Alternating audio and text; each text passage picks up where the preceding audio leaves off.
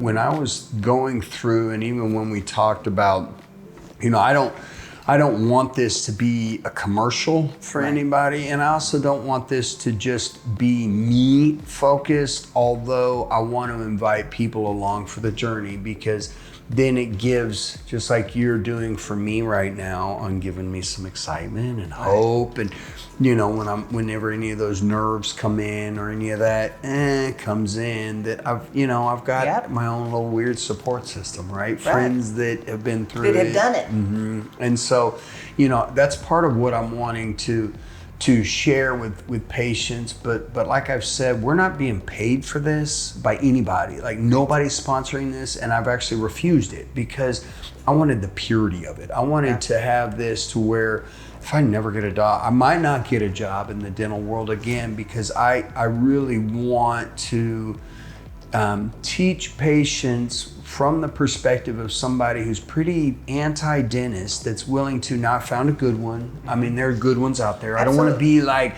throw the baby out with the bathwater type deal, but at the end of the day, there are a lot of challenging ones. And so we're actually headed to Austin on Monday to interview Santa Claus. I'll have to send it to you. Some work we did for a client down there.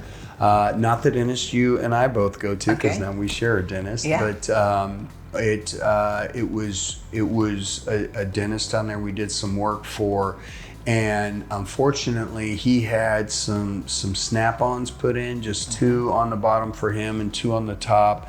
The bottoms are holding, top's not. That dentist is not honoring his work. So I mean, it's just the same thing, right? We've been through it, and you're like, why is this the only profession where there's like no warranty? There's nothing. It doesn't seem like. And so you were mentioning your sister-in-law, and this is going to be something I do want to bring in. I don't want us. This isn't going to be a commercial where it's like, it goes great for everybody, because it doesn't. No. It doesn't. And so tell me a little bit about your sister-in-law, if you don't mind.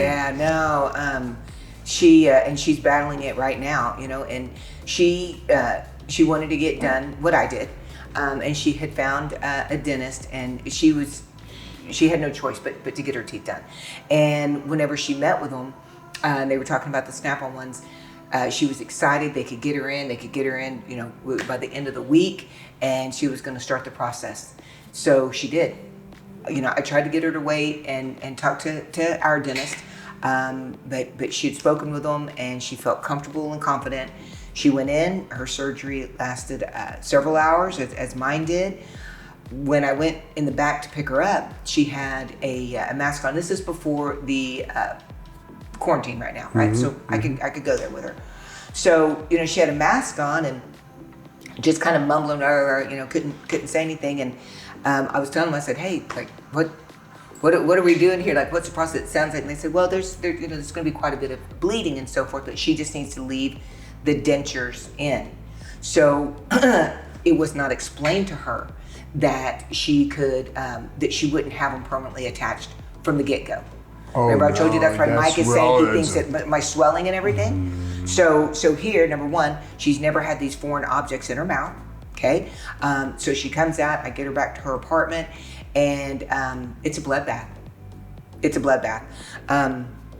We can't get her teeth in. Remember, they just removed every tooth, top and bottom. Okay, so she's raw, right? And cutting stitches everywhere. They want her to put these dentures in, but there's so much blood we can't get the dentures in, so she can clamp down and we can kind of apply the pressure. Right. So it was scary. I felt so sorry for her. I just kept telling her, it's gonna be all right. She goes, yours wasn't like this. I'm like, no, but it's okay. We're gonna get this. Just I put her to bed and told her just to clamp down as best she could, and she rested for the night. She went back in the next morning because the bleeding had not stopped. She has had so many appointments with them. she'll show up for her appointment, and they'll go, oh, well, we called and we left a voicemail that we were going to have to cancel today. And she's like, she's taken off work. Remember I told you your follow-up appointments. They called her and told her and there's no missed call, there's no message that's on it, there's no nothing. There's no nothing. So this is definitely, I was having to call her dentist because she couldn't talk, right? I was like, hey, text me what you want me to say, what's going on with you, and I'll call the doctor and tell him what we need to do. So we did that, and she was just with me yesterday.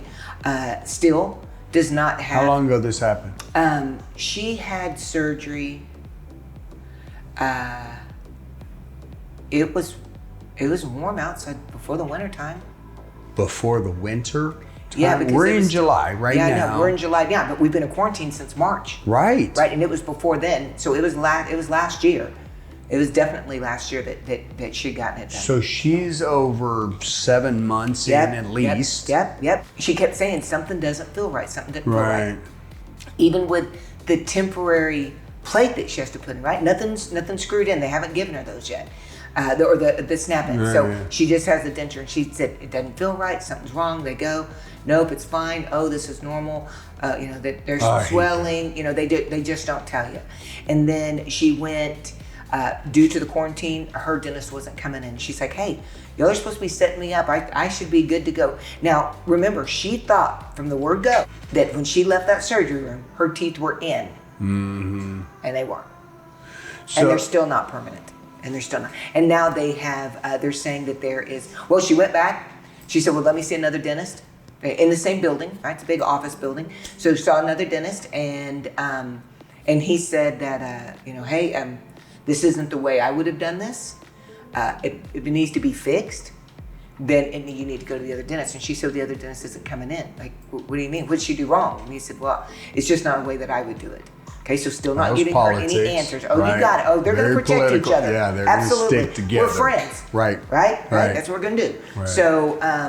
So she said, what do I have to do to get rid of this one? Because we don't know when she's going to come back in the office, right?